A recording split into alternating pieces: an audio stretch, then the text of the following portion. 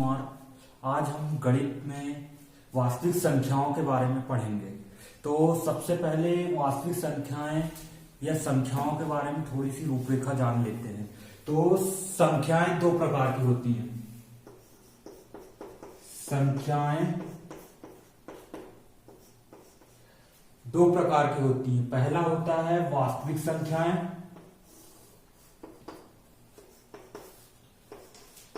वास्तविक संख्याएं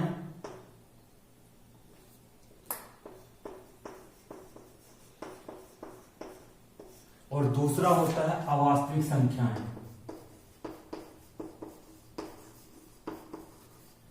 अवास्तविक संख्याएं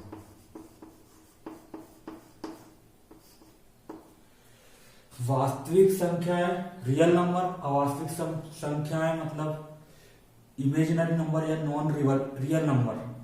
तो इनको काल्पनिक संख्याएं भी कहते हैं। अवास्तविक संख्याओं को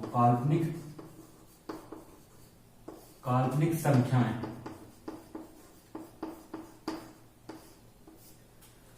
वास्तविक संख्याएं मतलब जो जैसे गिनती गिनते हैं अपन 1 2 3 4 5 दशमलव वाली संख्याएं, परिमेय संख्याएं, ये सब कौन सी संख्याओं में आती है? वास्तविक संख्या। अवास्तविक संख्याएं मतलब जैसे करनी में ऋणात्मक कोई संख्या लिखी, जैसे ऋण का 2, करनी के अंदर ऋण का 3, ये कौन सी संख्या आती? अवास्तविक संख्या। अब वास्तविक संख्याओं के बारे में अपने को पढ़ना है तो उसी के बारे में जानते हैं। वास्तविक संख्या भी दो प्रकार की होती हैं।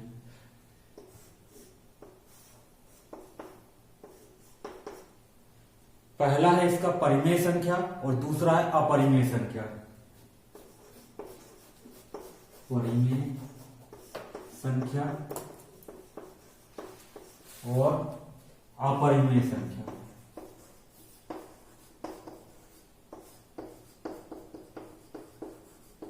अपरिमेय संख्या, परिमेय संख्या किसको कहते हैं? ऐसी संख्याएं जिन्हें हम p/q के रूप में लिख सकते हैं, उन्हें परिमेय संख्या कहते हैं। लेकिन इसमें क्या q के बराबर नहीं होना चाहिए, इसके शून्य के। q बराबर नहीं होना चाहिए शून्य के। ऐसी संख्याएं जिन्हें हम p/q के रूप में लिख सकते हैं उन्हें परिमेय संख्या कहते हैं, लेकिन q बराबर नहीं होना चाहिए शून्य के। अब अपरिमेय संख्याएं ऐसी संख्याएं जिन्हें हम p/q के रूप में नहीं लिख सकते, उन्हें अपरिमेय संख्या कहते हैं। तो परिमेय संख्याओं के उदाहरण जैसे 2/3, 4/5, इस प्रकार की संख्याएं परिमेय संख्या कहेंगे। और अपरिमेय संख्याएं जैसे उदाहरण के लिए करनी 2, करनी 3, करनी 5, ये करनी जिनका मान पूरा पूरा नहीं आता है वे अपरिमेय संख्याओं के अंतर्गत आती हैं। और पाई भी एक अपरिमेय संख्या है। पाई भी एक अपरिमेय संख्या है। तो परिमेय संख्या किसे कहते हैं? ऐसी संख्या है जिन्हें हम p/q के रूप में लिख सकते हैं, लेकिन q बराबर नहीं होना चाहिए 0 के, तो उन्हें परिमेय संख्या कहते हैं। और अपरिमेय संख्या ऐसी संख्या है जिन्हें हम p/q के रूप में नहीं लिख सकते, उन्हें अपरिमेय संख्या कहते हैं। जैसे करनी 2, करनी 3, करनी 5, पाई या परिमेय संख्या है। अब इनके प्रकारों के बारे में देखते हैं परिमेय संख्या के। तो यहाँ पे परिमेय संख्या के में अनेक प्रकार होते हैं, जैसे प्राकृत संख्या,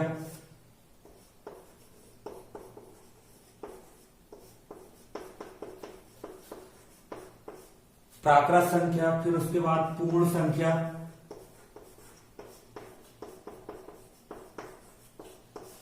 फिर पूर्णांक,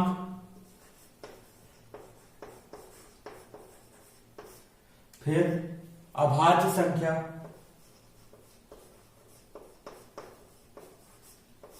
फिर उसके बाद भाज्य संख्या,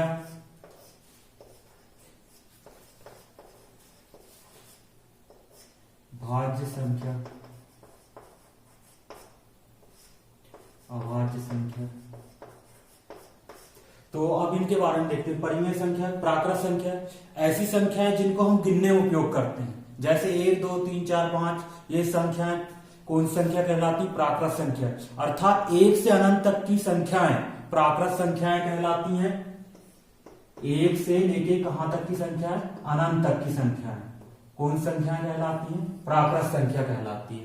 फिर पूर्ण संख्या, यदि प्राकृत संख्याओं में शून्य को शामिल कर लिया जाए तो वे संख्याएं कौन संख्या कहलाती? पूर्ण संख्याएं। अर्थात शून्य से लेके अनंत तक की संख्याएं पूर्ण संख्या कहलाती हैं। फिर पूर्णांक, यदि पूर्ण संख्याओं में ऋणात्मक संख्याओं को भी शामिल कर लिया जाए तो वे पूर्णांक कहलाते हैं। अर्थात 0, इसमें धन ऋण का 1, धन ऋण का 2, धन ऋण के 3, इधर मतलब इसमें ऋणात्मक संख्याएं भी शामिल होती हैं और धनात्मक संख्याएं भी। उन्हें पूर्णांक कहते हैं। जैसे ऋण 1, ऋण 2, ऋण 3, 0, 1, 2, 3, 4 सभी संख्याएं शामिल हो जाती हैं। फिर अभाज्य संख्या, अभाज्य संख्या उन संख्याओं कहते हैं जिनका गुणनखंड केवल वही संख्या और 1 होता है, या जिसमें केवल 1 का भाग जाए और खुद वही संख्या का भाग जाए, उस संख्या को अभाज्य संख्या कहते हैं। उदाहरण के लिए 2, 3, 5, 7 ये अभाज्य संख्याएं हैं। 11 इस प्रकार की संख्याएं अभाज्य संख्या कहलाती। भाज्य संख्या जिनका कुछ ना कुछ गुणनखंड हो, 1 और स्वयं संख्या छोड़कर कोई अतिरिक्त गुणनखंड हो, उन संख्याओं को भाज्य संख्या कहते हैं। उदाहरण के लिए 4, 6, 8, 9 ये संख्याएं भाज्य संख्या कहलाती हैं। इसके बाद और संख्याएं आती हैं भाज्य संख्याओं के बाद। सम संख्या, सम संख्या, और क्या आती है? विषम संख्या।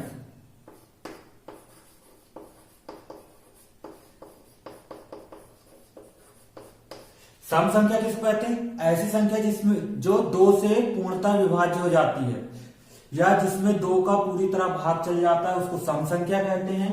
जैसे 2, 4, 6, 8, 10 ये कौन संख्या है? सम संख्या। विषम संख्या किसको कहते हैं? ऐसी संख्या है जिसमें 2 का भाग पूर्णतः नहीं जाता। जैसे 1, 3, 5, 7, 9 इस प्रकार की संख्याएं कौन संख्याएं कहलाती हैं? विषम संख्याएं। तो ये वास्तविक संख्याओं के बारे में थोड़ा सा रूपरेखा देख ली हमने। अब इसके प्रश्नावली के सवाल करेंगे। तो प्रश्नावली 1.1 का फर्स्ट ही क्वेश्चन देखते हैं।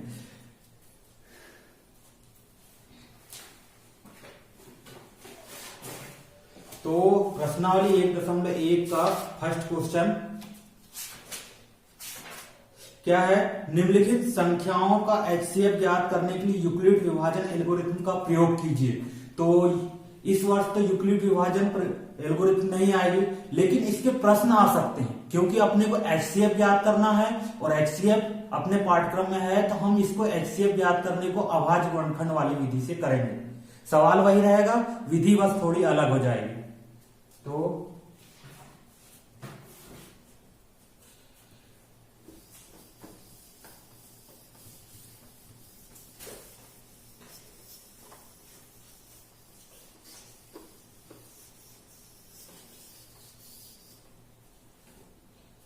पहला सवाल है जैसे इसका 135 और 225 का HCF ज्ञात कीजिए। तो यहां सबसे पहले लिखेंगे हल दिया है, कितना दिया है अपने पास? 135 और 225। ये प्रश्न बैंक में भी है। तो 135 और 225, सबसे पहले इनका HCF ज्ञात करने के लिए 135 और 225 के अभाज्य गुणनखंड ज्ञात करेंगे। तो सबसे पहले 135 के अभाज्य गुणनखंड ज्ञात करते हैं, और किसके ज्ञात करना है? 225। तो 135 2 का भाग जाएगा किसमें? 2 का भाग लास्ट में इकाई के अंक में 5 है, इसलिए 2 का भाग नहीं जाएगा। और 3 का भाग देने की क्या कंडीशन रहती है? इनके अंकों का योग कितना? 3 का गुणज रहना चाहिए। तो 5 और 3 कितना हो गया? 8 और 1 9, मतलब 9 में 3 का भाग जाता है, तो इसमें भी 3 का भाग चल जाएगा। तो 3 से भाग देते हैं, 3 चौके 12, कितना बचा अपने पास? 1 15 हुआ, 3 5 15। फिर इसमें 3 से भाग देंगे 45 में, तो 3 एकम 3, कितना बचा यहाँ? 4 में 3 का 1, तो ये 15 हुआ, 3 5 15।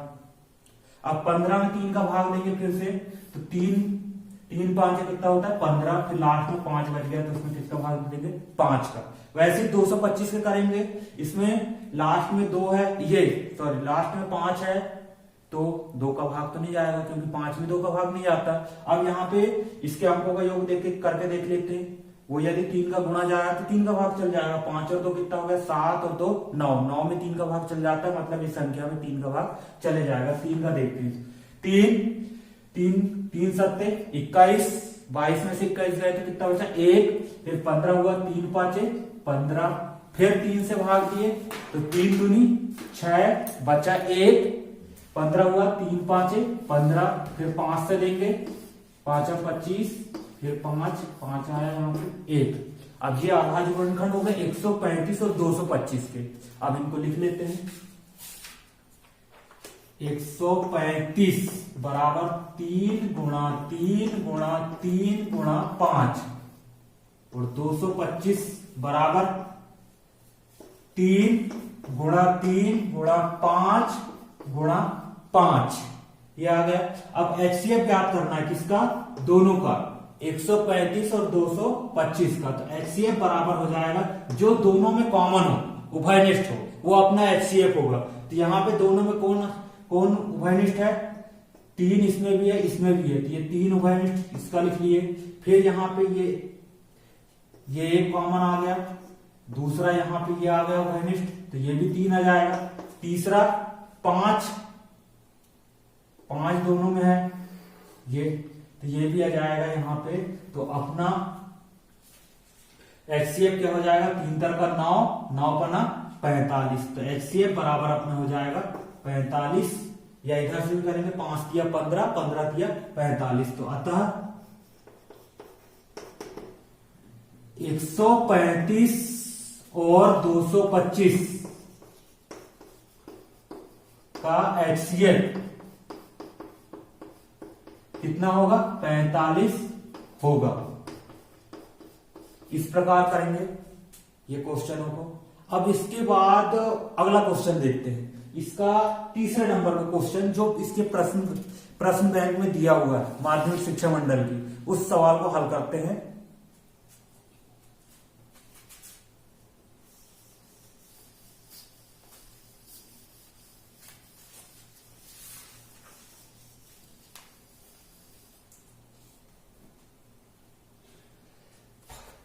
फर्स्ट क्वेश्चन का तीसरा सवाल क्या लिखा है, 867 और 225, इनका क्या ज्ञात करना है अपने को, महत्तम समावर्तक। यहां लिखेंगे हल दिया है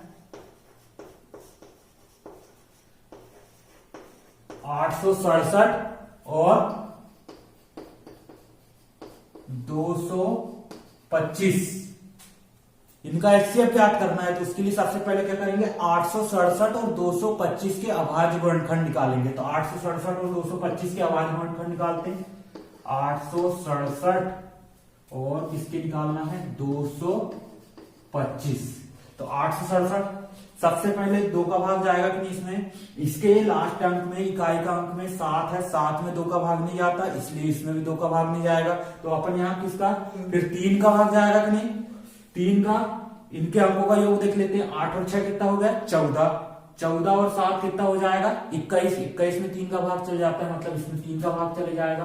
तो 3 से भाग दिए, 3 दूनी 6, बचा यहाँ पे 2 से ही कितना हुआ 26, तो 3 8 24, फिर 26 में 24 गया 2 बचा, और यहाँ कितना हो जाएगा 27, तो 3 9 27, फिर 3 का भाग जाएगा कि नहीं, तो 3 का भाग 8 और 2 10 और 9 19, 19 में 3 का भाग नहीं जाता, नहीं जाएगा।